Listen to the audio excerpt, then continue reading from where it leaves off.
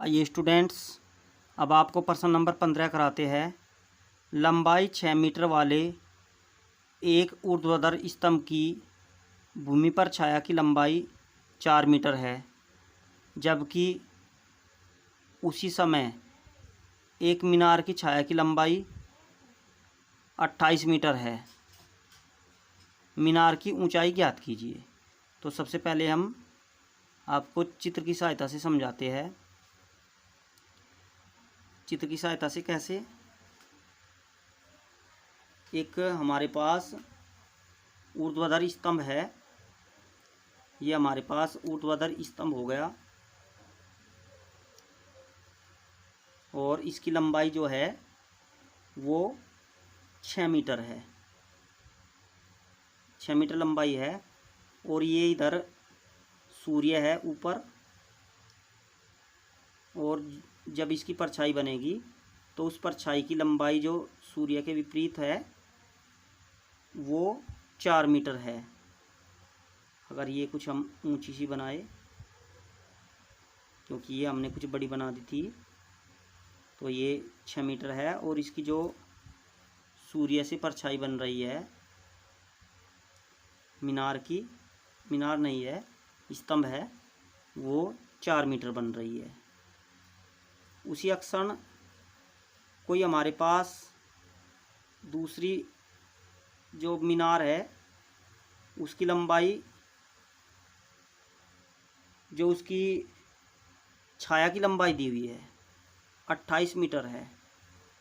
हमें इस मीनार की लंबाई ज्ञात करनी है। ये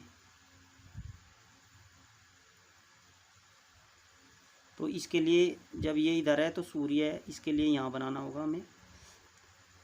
तो क्योंकि सूर्य समान उसमें समान कोण में होगा, अतः इनके ये कोण सूर्य के उन्नयन कोण दोनों बराबर होंगे। और ये 90 अंश होने के कारण ये जो त्रिभुज है हमारे पास ABC और ये जो त्रिभुज है PQR, ये दोनों समरूप हो जाएंगे। जब ये समरूप हो गए तो हमें केवल इसमें ऐसे प्रश्नों में चित्र ही बनाना होता है। ये इसके सूर्य का उन्नयन कोण और ये इसके सूर्य का उन्नयन कोण दोनों बराबर हो गए, क्योंकि सूर्य दोनों से समान दिशा में होगा। ये समरूप है तो इसे लिखेंगे त्रिभुज ABC समरूप है त्रिभुज PQR।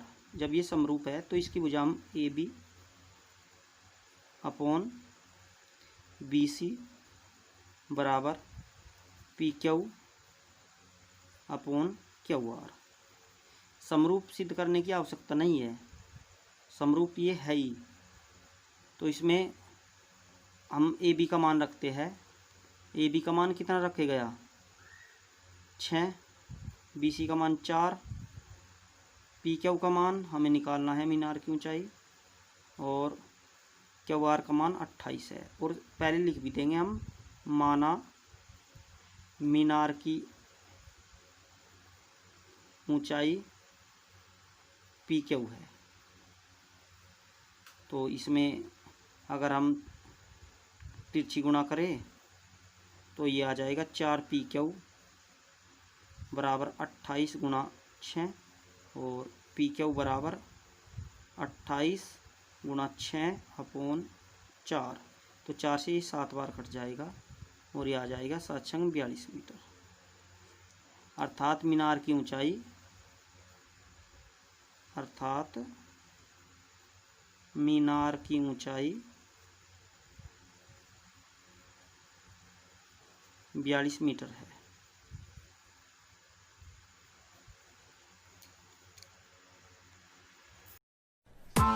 Press the bell icon on the YouTube app and never miss another update.